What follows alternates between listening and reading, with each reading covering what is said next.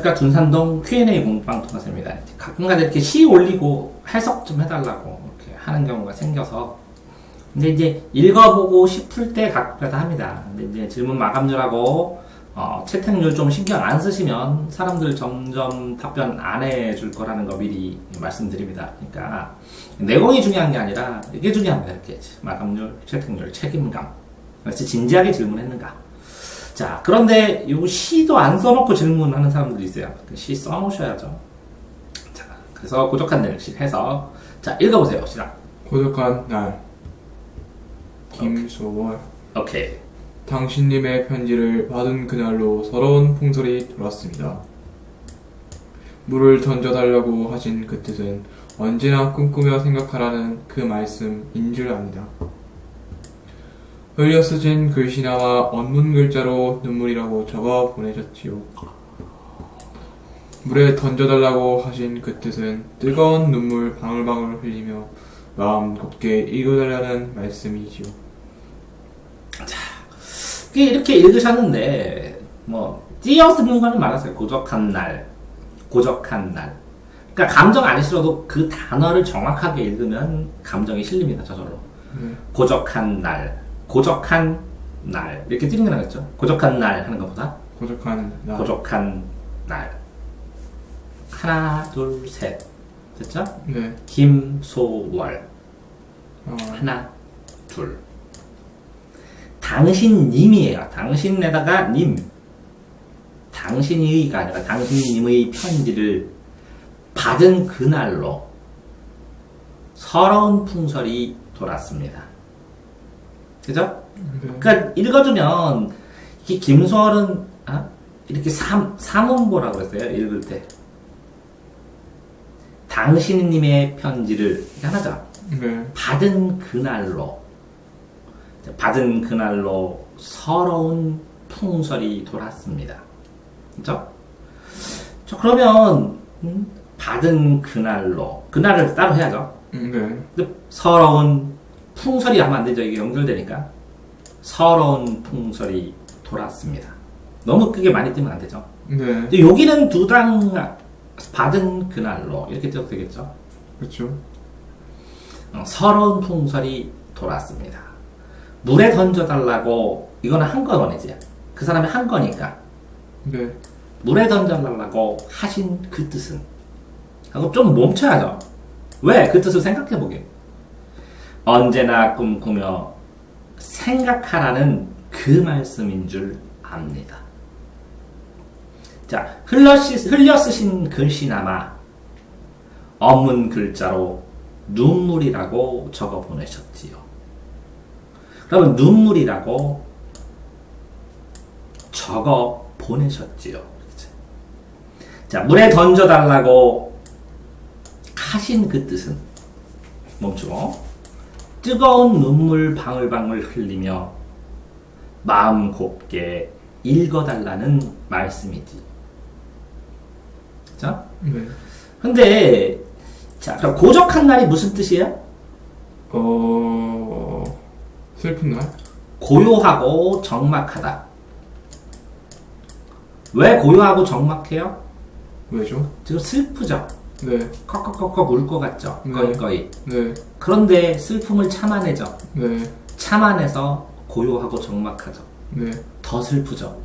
네. 이해됐어요? 그렇죠. 얼마나 슬픈지 알겠어요? 네. 다 당신의 편지들이 아니라 당신님이에요. 존경하기 때문에 더 이상 그 사람의 뜻을 곡해할 수도 없고 원망할 수도 있고 오해할 수도 없는 거예요. 네, 그렇죠. 이해됐어요? 네. 근데 편지를 받은 그날로부터 서럽다. 서러운 풍설은 뭐예요? 눈. 바람과 눈일 수도 있고 바람 따라 떠도는 이야기일 수도 있어요. 이해됐어요? 네. 자, 그러면 그 편지의 내용이 뭘까요? 이거에 따라서, 그 내용에 따라서, 그죠? 이 풍선은 뭐라고요? 바람과 눈일 수도 있고, 풍선에 떠도는 이야기, 바람 따라 떠도는 이야기일 수도 있어요. 그러면, 자, 풍설이 바람과 눈이 서럽다고 해도 되는데 네네. 바람과 받은 그날로 서러운 풍설이 돌았습니다. 그러면 바람과 눈에 시련이 왔습니다. 라고 해석해도 되고 그 편지를 받은 그날부터 나는 세상이 서럽다고 그 이야기 서러운 이야기들이 계속 떠드는 것 같았습니다. 세상에 라고 느껴도 되겠죠. 네. 됐나요? 그런데 그 물에 던져달라는 것이 무엇이에요? 그러게요. 그게 편지일 수도 있죠. 다른 네. 것일 수도 있고 물에 던져달라고 하신 그 뜻은 그죠? 그러면 이 편지 내용이 비밀일 수도 있죠. 네네. 그래서 이걸 던져달라고 하면 언제나 꿈꾸며 그 내용을 생각하라. 네 마음속에 새겨라. 그 말씀인 줄 알겠습니다. 네. 이해됐어요? 네. 자, 그런데 이걸 뭘로 썼어요? 흘려서서 흘림체로 이렇게. 자, 그래서 대한민국도립 이렇게 쓴다고. 옛날에 이렇게 줄글로 이렇게 썼어요. 이어서 흘림체로 세로로. 흘려 쓰신 글씨나마 언문이 뭐예요? 한글. 한글을 낮춰 이르는 말. 부녀자들이 한다 해서 언문. 이해되세요? 네. 언문 글씨로 눈물이라고 적어 보내셨지요. 그죠? 근데 흘려 쓰신 글씨나마 언물 글씨로 눈물이라고 그러면 여기 써 있는 글자가 눈, 물. 이렇게 눈물이란 글씨를 썼을 수도 있죠. 네. 그러면 눈물이 흐릅니다. 이런 일 때문에 하니까 슬픈 일일 가능성이 크죠. 네. 눈물이란 글자를 적어 보냈으면 눈물이란 글자가 아니라 흘려 쓰신 글씨의 언문 글자가 이게 눈물처럼 보여요. 눈물처럼 보이게 적어 보내셨죠. 네네. 이렇게 생각할 수도 있죠. 네. 그러면서 여기에 뭐라고요? 물에 던져달라고 이렇게 쌍으로 됐죠. 네. 왜 그래요? 저기 유유유 뭐라고요? 눈물이 눈에 쌍으로 흘러내려요. 이해됐어요? 네네. 그럼 요 안에 요건 뭐예요? 어. 코가 있으면 콧물처럼 흐르는 거겠네. 네. 눈물, 콧물 다 흘리는 슬픈 모양이네. 네네. 이해됐어요? 네. 요것이 사람의 모양새죠, 이렇게. 네네. 요게 편지를 읽죠, 이 사람이. 네. 편지를. 그래서 주르륵 써있는 거예요, 글씨가. 네. 거기에 뭐라고요? 비바람이 내려치는 풍설이. 이야기가 들리고. 네. 이해됐나요? 네.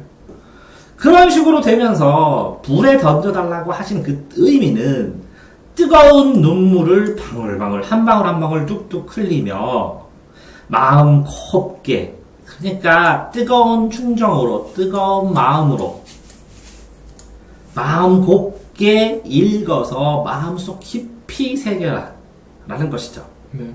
이거는 뭐라고요? 꿈꾸며 생각하라 라는 얘기겠죠. 그렇다면 김소월이라면 이런 거겠죠. 우리가 나라를 잃어서 네. 서울하고 억울합니다. 응? 나라를 찾아야 됩니다. 나라를 잃은 백성을 생각하니 눈물을 앞을 가립니다. 이런 내용이라면 어떻게 해야 돼요? 편지를 보내면 그날로 나라를 잃었다. 나라에 대한 어려움이면 서러운 이야기도 떠들고 비바람도 몰아치죠. 네. 그랬을 때는 이 서러운 풍설은 뭐라고요? 이 고난의 이야기들이겠죠. 그러니까 서럽죠. 네. 그럼 이 당신님이면 국가일 수도 있겠네요. 조국 그렇죠. 일은.